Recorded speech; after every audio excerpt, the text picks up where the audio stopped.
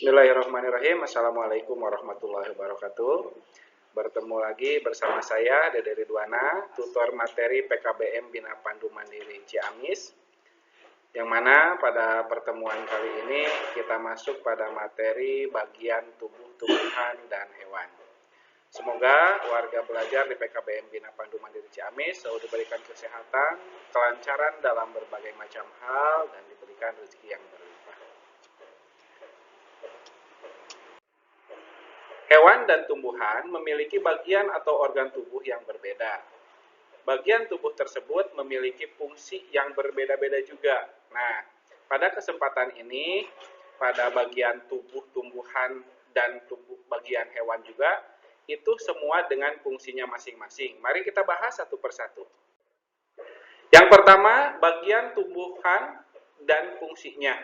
Nah, Bapak Ibu semua warga belajar PKBM Bina Pandu Mandiri Ciamis sudah tidak asing lagi melihat bagian tumbuhan-tumbuhan yang ada di sekeliling rumah kita. Nah, dari ketika kita lahir sudah mengajak anak-anak, itu orang tua kita mengajarkan juga pada bagian tumbuhan, misalkan ada pada tumbuhan yang ada di lingkungan yang dekat dengan rumah kita, ada pohon rambutan, ada pohon mangga, itu semuanya memiliki bagian tumbuh-tumbuhan.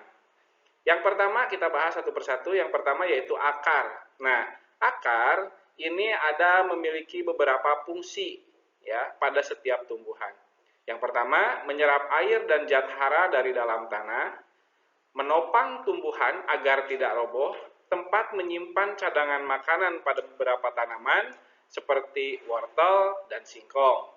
Kemudian alat perkembangbiakan pada beberapa tumbuhan, contohnya pada rizoma yaitu pada jahe-jahean dan tunas pada akar pada cemara.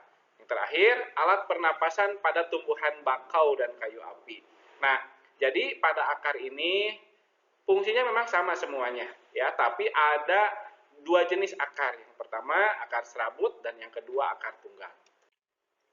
Yang kedua bagian batang. Nah, pada batang tumbuhan memiliki fungsi yang pertama menyangga tumbuhan agar berdiri tegak. Yang kedua, jalan pengangkutan dan transportasi. Tiga, tempat melekatnya daun, bunga, dan buah. Keempat, tempat menyimpan cadangan makanan pada tumbuhan tertentu, misalnya pada sagu dan tebu. Nah, itu konsep pada batang, bagian-bagian yang terjadi pada batang. Nah, tadi dibahas tentang pengangkutan atau transportasi. Pada tumbuhan, ini ada yang dinamakan silem dan plum.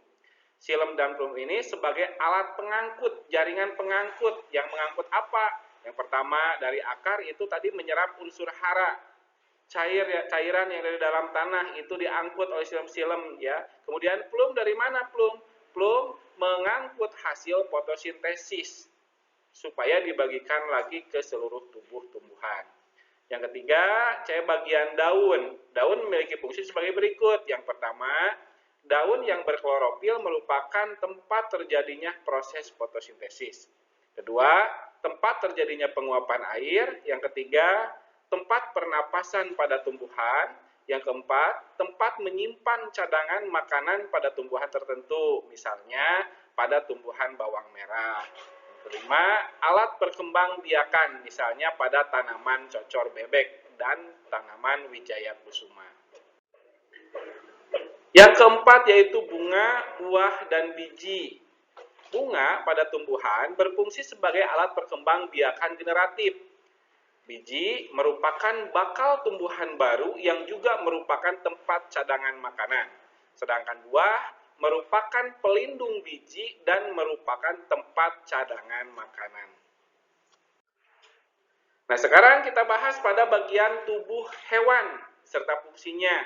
Nah, di sini dapat kita ketahui pada tubuh hewan itu hampir tidak ada bedanya dengan manusia ya, dengan kita.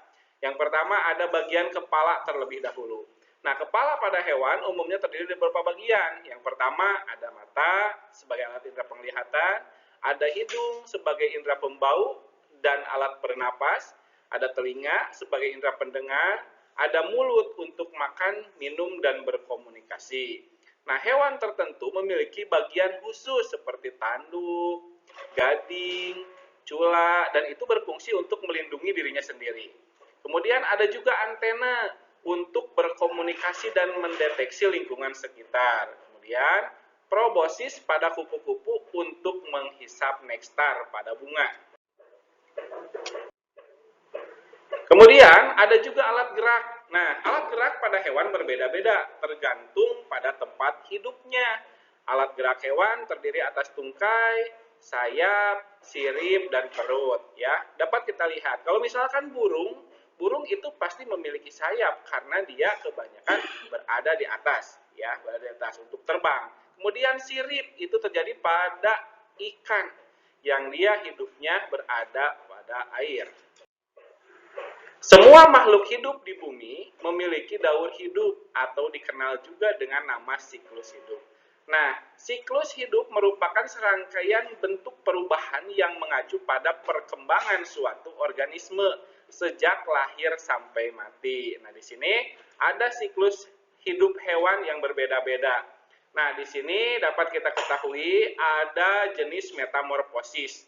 Dan metamorfosis ini terbagi menjadi dua bagian. Ada metamorfosis sempurna, ada metamorfosis tidak sempurna. Nah, sekarang kita lihat metamorfosis yang sempurna. Metamorfosis sempurna dapat kita ambil contoh yaitu pada hewan kupu-kupu, ya. Itu prosesnya lumayan panjang.